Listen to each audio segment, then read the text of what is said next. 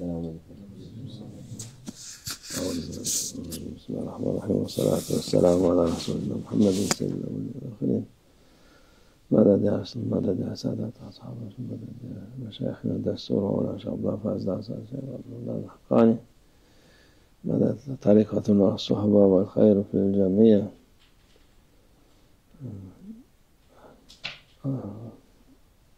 Allah Azze ve Celle insanları yaratıp Allah Almighty is the creator and He's the one who created humanity. Onların imtihanı olarak bu dünya imtihan yeridir. And Allah Almighty has sent people onto this earth in order to test them. This world is a place of being tested. İyilik yapan iyilik bulur. And those who do goodness will find goodness. Dünyada da iyilik bulur. Ahirette zaten kazanmış olur ahiretini. Those who do goodness will find goodness both in this world as well as the hereafter. Those who do goodness are the winners in the hereafter. Yok, burayı nasıl bilirse yapacağım diye o zarar eder.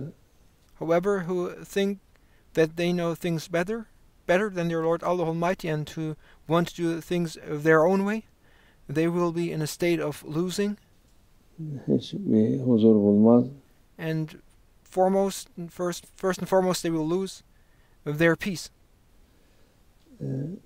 İyilik bulmaz.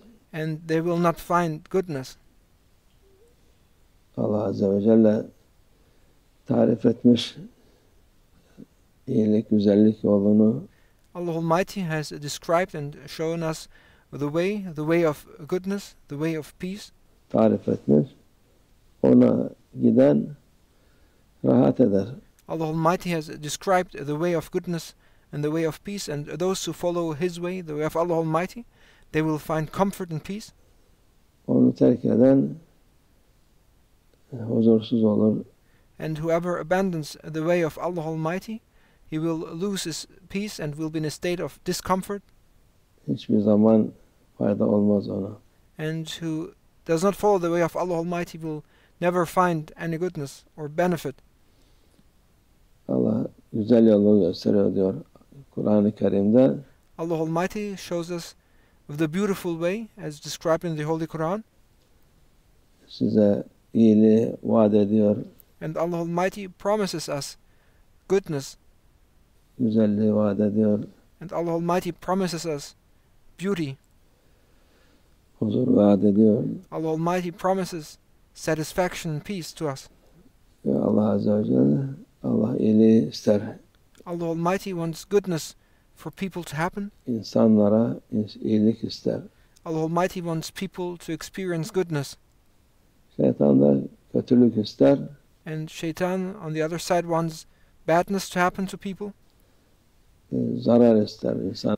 And Shaitan wants people to be in a state of being harmed. Huzursuzluk yapsın. And Shaitan wants people to lose, and he wants people to lose their peace and to cause turmoil. Kötülük yapsın diye. And Shaitan wants people to do badness. İşte ona insanlar meylediyor. And people are inclined towards following what Shaitan tells them. Meyledip ondan sonra ne için böyle oldu diye şaşırıyorlar. Şaşıracak bir şey yok. People are inclined towards following the way of Shaitan, and then they do those bad things and then wonder why they are in a state of not being satisfied, why they are in a state of not having peace in their lives. Sen kendin iyiliği bırakmışsın, kötülüğün peşine düşmüşsün. Why are people then surprised to find themselves in the state they are in? They themselves left the way of goodness and preferred badness over goodness. Daha ne istersin? Did you expect anything else to happen if you abandon goodness and do badness? İnsanoğlu hani Allah Azze ve Celle'nin dediği, gösterdiği yolu uyarsa hiçbir zaman huzursuz olmaz. If people follow the way which Allah Almighty showed to them, they will never be in a state of feeling or being dissatisfied. They will never lose their peace. Huzursuz oldum diyen insan yalan demek. Those who follow the way of Allah Almighty yet claim to not be satisfied, they are lying. O yolu doğru yapmamış. They are not properly following and implementing the way of Allah Almighty. Those who claim to not feel satisfaction or peace, Doğru gitmemiş o yolda. they have not properly followed that way.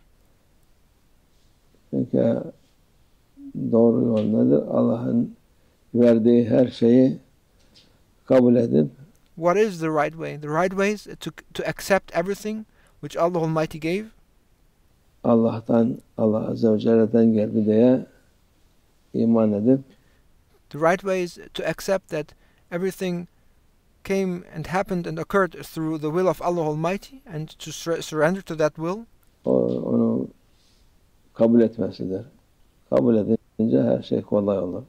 If one accepts the will of Allah Almighty and that everything happens through the will of Allah Almighty and that everything comes from Allah Almighty, then one will find peace and satisfaction.